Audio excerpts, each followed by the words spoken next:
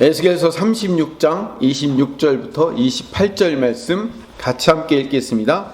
또 새 영을 너희 속에 두고 새 마음을 너희에게 주되 너희 육신에서 굳은 마음을 제거하고 부드러운 마음을 줄 것이며 또 내 영을 너희 속에 두어 너희로 내 율례를 행하게 하리니 너희가 내 규례를 지켜 행할지라. 내가 너희 조상들에게 준 땅에서 너희가 거주하면서 내 백성이 되고 나는 너희 하나님이 되리라. 아멘. 도은미 사모님이 쓴 책 고쳐달라 말고 죽여달라라는 책이 1998년도에 나왔습니다. 꽤 오래된 책입니다. 당시 가정사역자로 활동하던 도은미 사모님께서 온드릭교회 40일 동안 열리는 성령 집회에 메인 스피커로 서게 되었습니다.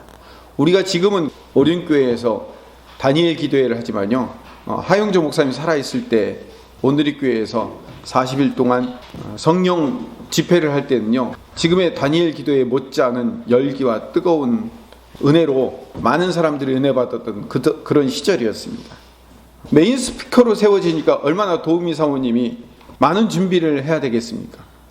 집회가 가까워지니까 마음이 급해져서 새벽부터 온종일 급한 마음에 강의안을 마무리 지으려고 씨름을 하고 있었습니다. 어느덧 저녁 시간이 가까워지니까 이렇게 바쁜 날은 밥 먹는 것도 일이라고 밥하기가 싫었는데도 불구하고 도우미 사모님이 준비하는 주제가 사람이 움직이는 힘이 아닌 성령이 움직이는 힘으로 살아야 된다, 이게 주제이기 때문에 원고를 작성하는 중이라 시간 없다고, 남편이 위해서 밥하는 일이 귀찮아서 안 되겠다라고 생각하고 몸을 억지로 일으켜서 남편 목사님을 위해서 밥을 하기 시작했습니다.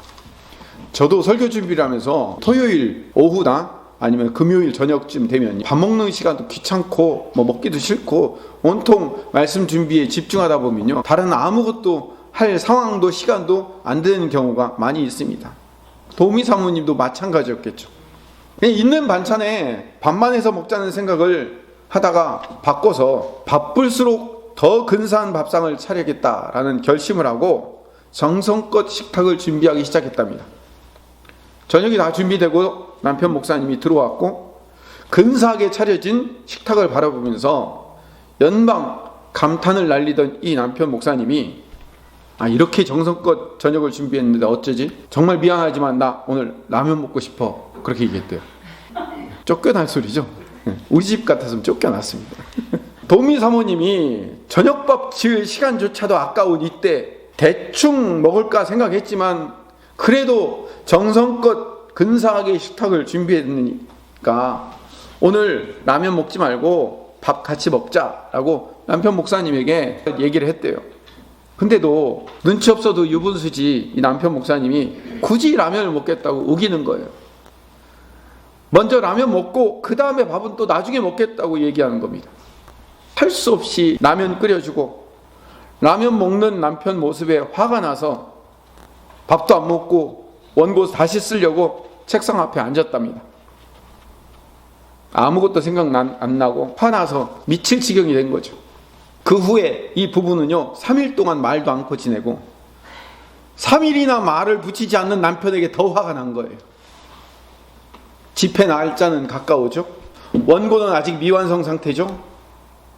소위 말해서 이 도은미 사모님은 가정사역자인데 부부 간의 관계는 엉망이 되었죠. 기도는 무너졌죠. 미칠 지경이 된 거예요. 더 이상 이렇게 지내다가는 강의고 뭐고 아무것도 할 수 없다는 판단이 있으니까 남편 목사님이 있는 방으로 들어가서 자기가 먼저 사과를 했대요. 집회 준비하느라고 신경 못 쓴 거는 사실이지만 3일 동안이나 나한테 그렇다고 말도 걸지 않는 당신에게 내가 더 화가 났었다고 고백하고 다 내 잘못이라고 말을 했대요. 그러자 이 남편 목사님이 아니라고, 내가 잘못했다고, 당신이 그렇게 입 다물고 있어가지고 당신 잘못 심사를 건드렸다가는 큰일 날 것 같아서 눈치만 보느라고 사흘 동안 입 다물고 있었다는 거예요. 그걸 고백하고 그날 사실 눈치 없이 라면 먹겠다고 우기는 게 뭐냐면 점심부터 속이 메스꺼려서 맵고 뜨거운 라면 국물 너무 그리웠는데 저녁에 아주 잘 차려진 기름진 밥상을 보니까 도저히 먹을 수가 없어서 그랬다고, 진작에 내가 상황 설명을 못했다고 미안하다고 화해를 하게 됐답니다. 남편은 아내의 성질을 건드리지 않으려고 다가오지도 못하고 눈치만 보고 사흘 동안 있었고, 속이 메스꺼려워서 먹은 라면 하나 때문에 일이 이렇게 커질 줄은 몰랐던 거예요. 그러면서 이 도우미 사모님이 소위 말하는 자기는 가정사역 전문가인데 왜 내가 사랑하는 남편한테도 편안한 사람이 되지 못할까? 왜 나는 아직도 성질이 더러워가지고 사람들에게 눈치 보게 만들까? 왜 이 작은 일 하나조차도 큰 일을 만들어가지고 이 집회의 중요한 상황에서 이렇게 될까라고 자기 자신을 한탄했다는 거예요. 그래서 도우미 사모님이 고민을 하면서 기도를 하다가, 하나님 날 좀 고쳐주세요. 나 왜 이 모양인가요? 하나님 나 가정사역자인데, 나 치유받고 하나님 앞에 세워진 사역자인데 왜 나 아직도 이것밖에 안 될까요? 왜 아직도 내 성품이 이것밖에 안 될까요? 제발 나 좀 고쳐주세요 라고 밤새 울면서 기도를 했대요. 이제 며칠 후면 성령 집회에서 강의해야 될 사람이 자기의 치유되지 못한 모습을 보면서 얼마나 후회가 되고 회개를 하게 됐을까요? 하나님 나 가정사역자인데 내 가정을 이렇게 제대로 세우지 못하는 내가 어떻게 이 수많은 사람들 앞에서 은혜를 전달할 수 있겠습니까? 하나님 날 좀 고쳐주세요. 하나님 나 좀 고쳐주세요 라고 간절한 마음으로 밤새 부르짖었대요. 그런데 기도하고 있는데 한 음성이 도우미 사모님의 심령에 파고들었다는 거예요. 은미야, 고쳐달라고 하지 마라. 죽여달라고 해라. 그 음성을 듣고 그때 깨달았다는 거예요. 고쳐지는 게 아닌데 죽는 건데. 옛사람은 고쳐도 옛사람일 뿐이에요. 사람은 고쳐지지 않습니다. 속담에 그런 게 있죠. 사람은 고쳐 쓰는 게 아니라고요. 사람은 고쳐서 쓸 수가 없어요. 하나님도 사람을 고쳐서 쓰지 않습니다. 오해하지 마십시오. 우리를 고쳐서 쓰시는 분이 하나님이 아니십니다. 하나님께서는 새 사람을 만드시고 새 사람과 관계를 맺으시고 그 새 사람 안에 들어가서 그 새로운 인생과 함께 하시는 분이 하나님이십니다. 가장 큰 예를 하나 들을까요? 하나님께서는 이스라엘 백성들을 선택하셔서 애굽에서 구원해내시고 광야에서 기적으로 인도하시면서 그들을 약속의 땅 가나안 땅으로 데리고 가셨어요. 그런데 이스라엘은 하나님을 믿지 못하고 원망하고 불평하고 말씀대로 순종하지 못하고 틈만 나면 우상 숭배하고 악을 행하고 율법대로 살지 않고, 하나님께서 이스라엘 백성들과 늘 함께 하셨어요. 구름 기둥으로 불 기둥으로 늘 함께 인도하시는데도 불구하고 이스라엘이 달라지고 고쳐지지가 않는 거예요. 더 나아가서 하나님이 이스라엘 백성들에게 수백 년, 수천 년 동안 계속해서 선지자들을 보내시면서 이스라엘을 고치려고 노력을 했는데 이스라엘은 언제든 늘 하나님을 배신하고 우상 숭배하고 원망하고 불평하고 죄악된 습관을 버리지 못하는 거예요. 이스라엘은 하나님께서 고치려고 했는데 고치지 못한 결과물이에요. 이따가도 말씀드리겠지만 구약의 이야기는 한마디로 얘기하면 하나님이 이스라엘을 고치려 했으나 고치지 못한 이야기예요. 결국 북왕국 이스라엘은 아수르에 멸망하고 남왕국 유다는 바벨론 포로로 끌려가면서까지 이스라엘을 책망하셔서 고치려고 했는데 고칠 수 없었다. 그게 구약 이야기라니까요. 구약은 하나님께서 약속을 주시고 복을 주시고 어루고 달래서 때론 징계를 주셔서라도 고치고 바꾸셔서 하나님의 백성으로 만들려고 하셨지만 결국 고치지 못한 실패의 이야기예요. 하나님이 실패한 게 아니라 우리 인간이 실패한 거라고요. 아담에서부터 말라기 끝까지 인간의 실패 이야기가 구약의 이야기예요. 그리고 신약으로 넘어와서 예수님께서 이 땅에 오신 이유가 뭐예요? 우리를 고칠 수 없기 때문에 예수님이 오신 거예요. 만약에 0.01%라도 우리를 고쳐서 다시 사용할 수 있는 가능성이 있다면 예수님이 오셨을까요? 안 오셨을까요? 오실 필요가 없죠. 우리를 고칠 수 없기 때문에 예수님이 오셔서 우리와 함께 같이 죽으신 거예요. 우리와 함께 같이 죽으시고 예수님이 새 생명을 입고 다시 부활하셔서 우리를 다시 살려내신 거예요.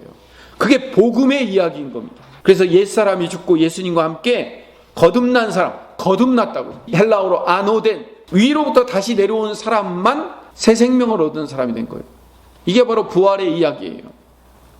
갈라디아서 2장 20절 말씀을 보면 복음의 이야기를 가장 잘 요약해 놨습니다. 내가 그리스도와 함께 십자가에 못 박혔나니 나는 예수님과 함께 이미 죽은 자예요. 십자가에 못 박혀야 돼요. 같이 읽읍시다. 그런즉 이제는 내가 사는 것이 아니요 오직 내 안에 그리스도께서 사시는 것이라. 이제 내가 육체 가운데 사는 것은 나를 사랑하사 나를 위하여 자기 자신을 버리신 하나님의 아들을 믿는 믿음 안에서 사는 것이라.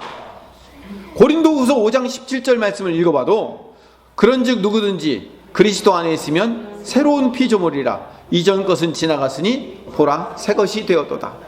새로운 피조물로 바뀐 거예요. 새로운 피조물이라는 게 뭐예요? 새롭게 태어난 존재예요. 이전 것과 전혀 다른 존재라는 것을 의미하는 거예요. 새로운 존재, 예전에 그 인간과는 다른 차원의 것, 뉴페이스가 됐단 말이에요. 이게 복음이고 이게 복된 소식이에요. 복된 소식이라는 것은 인간은 고칠 수 없기 때문에 바꾸셨다는 거예요. 새롭게. 여러분의 심장이나 여러분들의 신장이 망가지면 어떻게 되죠? 더 이상 쓸 수 없으면 그걸 고칠 수 없잖아요. 다른 사람에게 받은 심장이나 신장을 기증받아서 바꿔야 돼요. 또는 인공심장이나 인공신장을 받아서 갈아 끼워야 된단 말이에요. 이런 것처럼 우리의 인생을 불순종하고 원망하고 불평하고 우상숭배하는 우리의 마음을 하나님이 완전히 뜯어내시고 새롭게 바꾸시는 거예요. 여러분, 컴퓨터를 업그레이드 할 때 이걸 잘 이해할 수 있어요. 컴퓨터를 오래돼서 업그레이드하면 어떻게 해야 될까요? 겉에 박스만 남아요. 안에 기판을 바꾸면, 메인보드를 바꾸면 그 안에 CPU도 바꿔야 되고요, 램도 바꿔야 되고요, 모든 각종 카드를 다 그 기판에 맞는 걸로 바꿔야 돼요. 그럼 선하고 마우스하고 모니터하고 겉에 껍데기만 비슷하지 안에 내용물은 완전히 다 바뀌는 거예요. 그게 컴퓨터를 업그레이드하는 거예요. 내 생각과 내 마음의 메인보드를 완전히 바꿨다는 거예요. 겉에 이 외모만 남아있지 안에 있는 속은 완전히 드러내시고 새로운 것으로 바꿔주신 것, 그게 뭐라고요? 그게 부활이라는 거예요. 예수님이 부활했듯이 우리도 그렇게 부활한 거예요. 인간은 실패했는데 예수님의 십자가와 부활로 새롭게 바뀌었어요. 내 마음에 이제 예수님의 영이신 성령님이 오셔서 우리 옛 마음을 완전히 뜯어내고 새로운 마음으로 바꿔주신다는 사실을 구약에 이미 약속해 주셨어요. 그 약속한 이야기가 오늘 우리가 읽은 본문 에스겔서의 본문인 거예요. 우리가 읽은 에스겔서 36장의 본문 앞에 같은 이야기를 반복하고 있어요. 에스겔 11장 19절 말씀을 읽어봅시다. 같이 읽읍시다. 내가 그들에게 한 마음을 주고 그 속에 새 영을 주며 그 몸에서 돌 같은 마음을 제거하고 살처럼 부드러운 마음을 주어 새로운 영과 새로운 마음을 주시겠다고 얘기해요. 그래서 오늘 주보에 보면 알겠지만 제가 설교 제목을 새 영, 새 마음이라고 정했습니다. 하나님 우리에게 새로운 영, 새로운 마음을 줄 것을 약속하셨어요. 그리고 오늘 본문을 다시 한번 읽어볼까요? 에스겔서 36장 26절 말씀은 또 새 영을 너희 속에 두고 새 마음을 너희에게 주되 너희 육신에서 굳은 마음을 제거하고 부드러운 마음을 줄 것이며 27절 또 내 영을 너희 속에 두어 앞에 보면 내 영을 너희 속에 두겠다고 얘기합니다. 다음 장으로 넘어가면 에스겔서 37장에 보면 13절 14절에도 이런 말씀이 나옵니다. 같이 읽읍시다.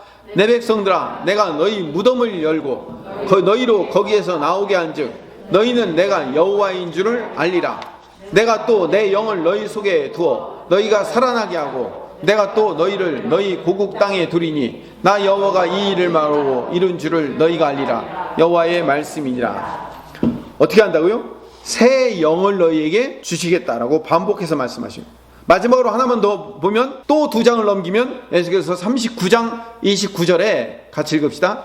내가 다시는 내 얼굴을 그들에게 가리지 아니하리니 이는 내가 내 영을 이스라엘 족속에게 쏟았음이라. 주 여호와의 말씀이니라. 내 영을, 하나님의 영을 이스라엘 백성들에게 쏟아 부어주겠다라고 말씀하시는 거예요. 에스겔서 말씀의 핵심은 하나님의 영을 이스라엘에게 부어주셔서 새 영으로 새롭게 탄생한 백성들로 만들어 주시겠다는 거예요. 자, 여기서 말하는 이스라엘 백성들은 어떤 백성일까요? 유대인을 얘기하는 게 아닙니다. 우리 성도들, 새로운 아브라함 백성이 된 우리 신약 백성들, 성도들을 의미하는 거예요. 하나님의 영을 받은 자들. 특히 이 에스겔서의 백미라고 할 수 있는 장면이 에스겔서 37장에 나오는 마른 뼈의 환상이에요. 여러분도 아마 한 번쯤은 다 들어보셨을 겁니다. 마른 뼈의 환상이 에스겔서 37장에 나오는데, 에스겔은 마른 뼈들이 하나님의 영을 힘입고 새롭게 부활하는 환상을 보여주시는 거예요. 에스겔서 37장 5절 6절 말씀을 읽어봅시다. 같이 읽읍시다. 주 여호와께서 이 뼈들에게 이같이 말씀하시기를 내가 생기를 너희에게 들어가게 하리니 너희가 살아나리라. 너희 위에 힘줄을 두고 살을 입히고 가죽으로 덮고 너희 속에 생기를 넣으리니 너희가 살아나리라. 또 내가 여호와인 줄 너희가 알리라 하셨다 하라. 마른 뼈가 살아난다는 것은 더 이상 살아날 회복될 가능성이 0%라는 뜻이에요. 가능성이 0.0001%라도 남아있다는 의미가 아니에요. 아예 이 마른 뼈라는 것은 새롭게 사람으로 다시 회복될, 다시 태어날 가능성이 전혀 없는 거예요. 나사로처럼 죽은 지 나흘이 되었다, 그래가지고 붕대만 풀면 다시 원상 복귀된다, 이런 의미가 아니에요. 아예 가죽도 없어요. 살도 썩어져 없어서 그냥 뼈만 남은 거예요. 회생 불가능한 존재들이라니까요. 이스라엘 백성들의 심령이 그렇게 변화가 불가능하다는 거예요. 고쳐 쓸 수 없는 상황이라는 거죠. 마른 뼈의 환상을 왜 보여주셨냐면, 아까 처음에 제가 말씀드린 대로 인간은 스스로 변화가 불가능한 거예요. 어느 정도로 변화가 불가능하냐면 마른 뼈처럼 변화가 불가능하다는 거예요. 그래서 하나님은 그들을 고쳐 쓰지 않으시고 새롭게 태어나게 만드실 것이라고 에스겔서 전체에서 약속하고 있는 거예요. 그리고 그 예언을 누가 이루셨을까요? 신약의 예수님이 십자가와 부활로 이루신 거예요. 이것을 예수님께서 니고데모에게 뭐라고 말씀하시냐면 거듭남이라고 말씀하신 거예요. 하나님의 영, 즉 내 영으로 그렇게 만드시겠대요. 창세기 1장에 보면 흙으로 사람을 지으시고 그 코에 생기를 불어넣어 주셨어요. 그래서 사람이 생명이 되었어요. 코에 생기를 불어넣어 줬기 때문에 생명이 되었는데, 그 생기가 우리 인간의 죄로 말미암아 빠져나갔어요. 언제 빠져나갔냐면 창세기 6장 3절에 보니까 여호와께서 이르시되 나의 영이 영원히 사람과 함께 하지 아니하리니. 하나님의 영이 이제는 사람과 함께 하지 않겠다는 거예요. 하나님의 영이 흙으로 만든 곳에 생기가 부어져서 사람이 생명이 되었는데 그 생기가 다시 빠져나가겠다는 거예요. 그래서 뭐만 남은 거예요? 이 육신 덩어리만 남은 거예요. 이 육신 덩어리만 남은 그 상태에서 무슨 일이 일어났냐면 노아의 홍수 사건이 일어난 거예요. 창세기 6장 3장 이야기는 바로 이어서 홍수 사건이 일어날 것을 연결되고 있는 거예요. 하나님이 어떻게 하나님의 피조물들을 창조해놓고 그들을 다 물로 죽이실까라고 생각할지 모르겠지만 하나님의 영이 이미 그들에게 다 떠나서 고기 덩어리만 남은 상태가 된 거란 말이에요. 그 생기가 뭐예요? 하나님이 주셨던 생기예요. 아까 읽었던 에스겔서 37장 6절 말씀으로 다시 돌아가 봅시다. 너희 위에 힘줄을 두고 살을 입히고 가죽으로 덮고 너희 속에 뭘 주신다고요? 생기를 넣어주신다는 거예요. 창세기 6장에서 빠져나갔던 그 생기가 다시 돌아오겠다고 말씀하시는 거예요. 그 생기가 돌아오면 우리가 새로운 영으로, 새로운 인생으로, 새로운 존재로 바뀔 것을 약속하신 이야기인 거예요. 이 환상과 예언이 결국 어디서 이루어졌습니까? 예수님께서 오셔서 당신의 십자가와 부활로 이 일을 이루신 거예요. 요한복음 14장 16절 17절 말씀을 읽어봅시다. 같이 읽읍시다. 내가 아버지께 구하겠으니 그가 또 다른 보혜사를 너희에게 회사 영원토록 너희와 함께 있게 하리니 그는 진리의 영이라 세상 눈이 그를 받지 못하나니 이는 그를 보지도 못하고 알지도 못함이라. 그러나 너희는 그를 아나니 그는 너희 속에 함께 계시고 너희 속에 계시겠음이라. 아멘.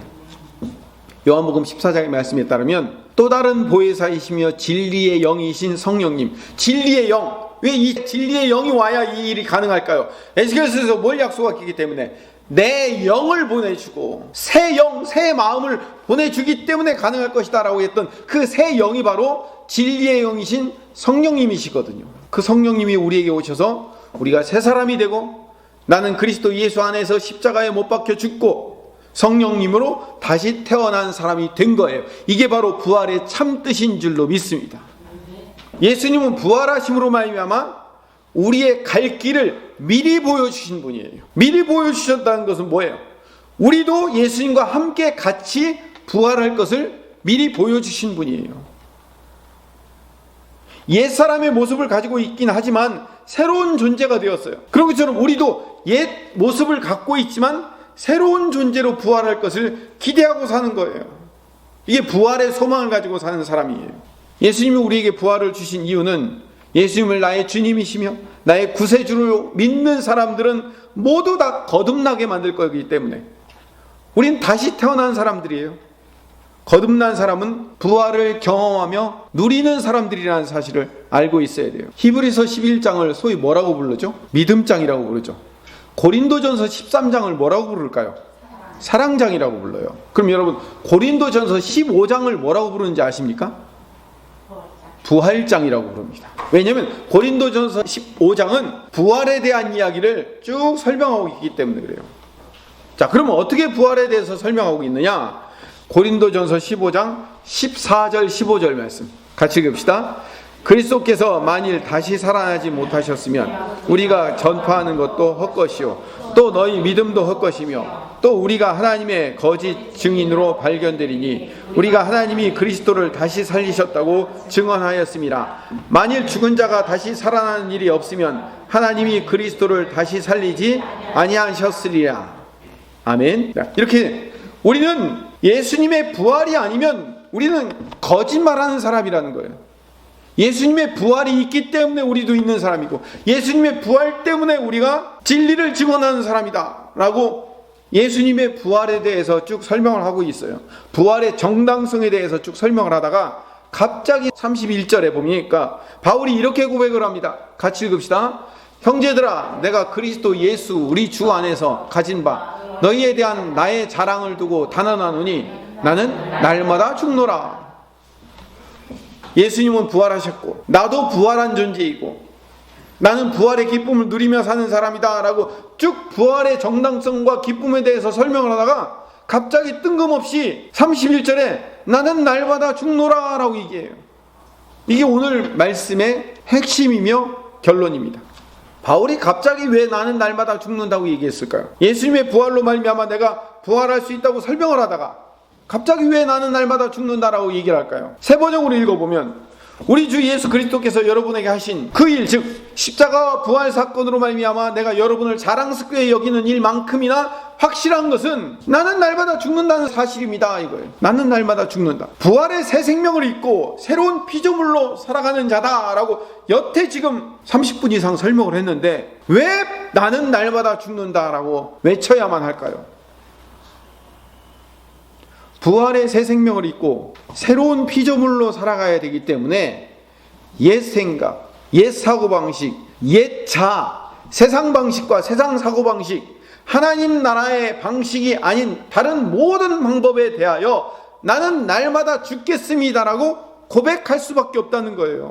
아까 도우미 사모님이 썼던 책의 제목대로 고쳐달라 말고 죽여달라 하라 라고 얘기했던 것처럼 나의 자아를 십자가 앞에 늘 내려놓고 나의 자아는 죽습니다. 나의 자존심은 죽습니다. 나의 모든 자랑과 가치와 내 것은 다 죽습니다. 라고 날마다 고백하며 나는 죽는다고 고백하는 것이 부활한 사람의 부활 생명을 가지고 있는 사람의 선언이며 고백이 되어야 할 줄로 믿습니다.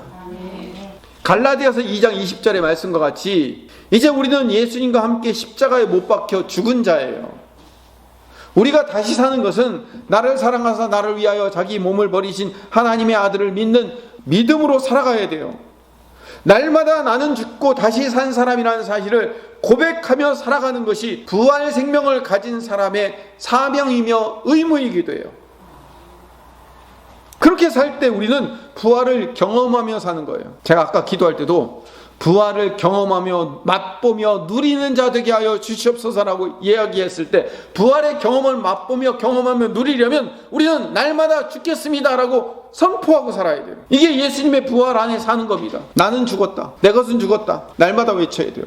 내 자아는 죽었습니다, 내 자존심은 죽었습니다 라고 외쳐야 돼요. 여러분, 우리는요 부활의 새 생명을 갖고 사는 사람인데도 불구하고 아직도 옛 모습과 성품과 모양들이 우리의 몸에 덕지덕지 붙어 있어요. 남아 있단 말이에요. 제가 이 성경 사복음서를 제외하고 가장 복음적인 동화가 뭐라고 그랬어요? 왕자와 거지라고 그랬죠. 우리의 죄를 대신 입고 왕자이신 주님께서 거지가 되어서 저 십자가를 지기 위해서 세상으로 나가셨고, 우리는 예수님의 의의 옷을 입고 어떻게 됐어요? 하나님의 나라로 들어온 것. 그래서 우리가 하나님의 백성이며 자녀된 자로 예수님의 의의 옷을 입고 왕자와 공주가 되어 살아가는데, 우리 안에는 이미 새 생명이 존재하고 있지만 우리의 몸에는, 우리의 성품에는 아직도 뭐가 남아있다고요? 옛 자아가 남아있어요. 옛 자아를 공격하고 그 옛 자아를 통하여서 우리를 괴롭히는 존재가 누구예요? 사탄이죠. 그 사탄의 세력들이 아직도 우리를 공격하고 그 세상의 가치가 우리 몸에 덕지덕지 붙어 있다니까요. 부활의 생명을 갖고 있는데도 불구하고 아직 그 붙어 있는 세상 것들을 어떻게 해야 된다고요? 날마다 죽었습니다, 이것은 내 것이 아닙니다 라고 고백을 해야 돼요. 여러분, 살다 보면 내 안에서 분노가 일어나요, 안 일어나요?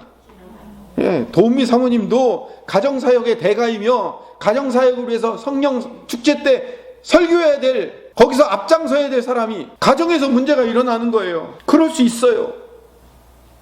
우리는 세상의 가치에 찌들릴 수 있고요, 원망하고 불평할 수 있고, 우상에 밀접하게 연관되어 있을 수 있고, 세상 가치와 세상의 모든 관심에 우리의 눈이 팔릴 수 있단 말이에요. 근데 우리는 혼란스러운 거예요. 아니, 나 부활 생명을 가진 새로운 영, 새로운 존재라면서요.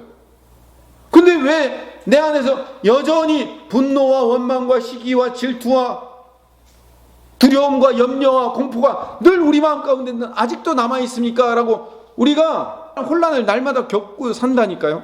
그때 우리는 부활 생명을 가진 자이기 때문에 그 부활의 아침을 날마다 경험할 수 있어야 되는 거예요. 부활절 날만 외치는 것이 아니라 아침에 눈 뜨고 일어나면 그게 뭐예요? 나의 새로운 부활인 거예요. 또 다음 날은 또 나의 새로운 부활이 되는 거예요. 날마다 눈을 뜰 때마다 맞이하는 새로운 인생에서 이제 나의 옛 자아는 죽었습니다. 갈라디아서 2장 20절의 표현대로 하면 이제 나는 예수님의 십자가 앞에 나는 못 박혔습니다. 고린도전서 15장 사도 바울의 표현에 따르면 나는 날마다 죽노라 라고 고백하는 거예요. 불쑥불쑥 올라오는 옛 자아, 옛 성품, 나의 자존심, 나의 가치관, 세상 가치관, 세상의 모든 생각들, 유혹, 염려, 이 모든 것들을, 이건 내 거 아닙니다. 옛 자에 붙어 있었던 더러운 때이며 더러운 먼지이며 흙일 뿐입니다 라고 외쳐야 되는 거예요. 이게 부활의 생명을 가지고 사는 사람들의 특징인 거예요. 그렇기 때문에 사도 바울처럼 위대한 하나님의 사람조차도 부활의 생명을 증거하다가 나는 날마다 죽습니다라고 얘기하는 거예요. 하물며 우리는요. 그럼 지금 내 삶의 현실은 부활의 새 생명을 받았으나 그렇지 않으나 똑같아 보여요. 변함이 없어 보인다고요. 그럼에도 불구하고 내가 부활의 삶을 살고 있다고 나는 믿음으로 믿는 거예요. 여러분, 믿음으로 산다는 건 바로 이런 거예요. 나는 죽었고 나는 예수님과 함께 새롭게 부활한 하나님의 백성이며 자녀이며 하나님 나라의 왕자이며 공주라는 사실을 날마다 고백하며 살아가야 돼요. 이게 부활의 삶을 경험하며 맛보는 자인 줄로 믿습니다. 이게 얼마나 중요한지 몰라요. 중요합니다. 그렇게 믿을 때 내 안에 성령님이 주시는 능력이 솟아나게 되는 겁니다. 여러분, 이 부활의 신비한 능력을 경험하고 맛보고 살아가야죠. 내가 죽었습니다. 지금 내 안에 솟구쳐 일어나는 이 더러운 것들, 나의 이 육적인 것들은 내 것이 아닙니다. 내 것이라고 가장하여 올라오는 마귀와 사탄의 세력이고 옛 자아의 성품이 아직 버려지지 않은 것들이 남아있을 뿐입니다. 이건 이제 더 이상 내 것 아닙니다 라고 뭐 하라고요? 선포하라는 얘기예요. 그래서 나는 날마다 죽습니다. 난 이미 죽었습니다. 이 내 성품은, 내 자존심은 죽었습니다 라고 선포해야 돼요. 불쑥불쑥 자존심 올라오죠. 우리 인생 자존심 때문에 사는데 그 자존심 불쑥불쑥 올라올 때마다 어떻게 하라고요? 이 자존심 내 거 아닙니다. 나는 이 자존심조차도 십자가에 못 박아 죽였습니다 라고 고백하라니까요. 선포하라니까요. 그때 내 안에 계신 성령께서 새 영이 일하시며 새 마음으로 일하게 만들어 주시는 거예요. 능력이 그때 드러나는 거예요. 이게 부활의 능력인 줄로 믿습니다. 힘이 솟아나요. 용기가 생기는 거예요. 돌파할 수 있는 의지가 생기는 거예요. 여러분, 부활의 능력이 있다고 하는데 부활의 능력이 언제 생겨요? 부활의 능력 좀 나 좀 줘보세요 라고 가만히 앉아가지고 감나무에 감 떨어지기 기다리면서 입만 딱 벌리고 있으면 그냥 부활의 능력이 뚝뚝 떨어지는 게 아니라고요. 나는 죽었습니다. 내 자아는 죽었습니다. 내 자존심은 죽었습니다. 내 분노는 죽었습니다 라고 내가 죽었다고 선포하라니까요. 부활이 뭔지 아세요? 부활절 달걀을 깨고 나오는 병아리처럼 꼬치를 찢고 나오는 나비처럼 여러분, 믿음으로 돌파해야 돼요. 믿음으로 찢고 나와야 되고 믿음으로 깨고 나오셔야 돼요. 나 죽었습니다. 이 분노는 내 거 아닙니다. 이 시기와 질투는 내 거 아닙니다. 이 자존심 내 거 아닙니다. 나는 예수님의 십자가 앞에 이미 죽었습니다 라고 선포하고 깨고 나오셔야 돼요. 그렇게 깨고 나올 때 무슨 일이 일어난다고요? 부활의 능력이 여러분 안에 생기는 겁니다. 힘이 솟아나요. 용기가 생겨요. 돌파할 수 있는 의지와 힘과 부활의 능력이 여러분 안에 올라오는 거예요. 그때 올라오는 거예요. 그 능력을 기대하며 사는 거예요. 그 능력을 가지고 사는 겁니다. 믿음으로 돌파할 때 여러분 안에 능력이 나타나고 드러나는 사실을 믿어야 돼요. 우리가 어디서 못하게 되냐면 부활의 능력, 주님의 능력이 성령이 내 안에 오셔서 부활의 능력, 주님의 능력이 내 안에서 드러나고 나타날 거라고 하는데 사람들은 다 나타나는데 나는 안 나타나. 나는 왜 이러지? 나만 뭐가 모질라고, 나만 뭐가 이상한가? 라고 생각하지 마세요. 여전히 내 안에 있는 자, 내 안에 있는 모든 것들을 그냥 여전히 둔 채 그게 나인 것처럼 생각하고 살기 때문에 여러분 안에 능력이 삐져나올 틈이 없는 거예요. 부활의 삶의 능력을 돌파하는 성도들 되시기를 간절히 소망합니다.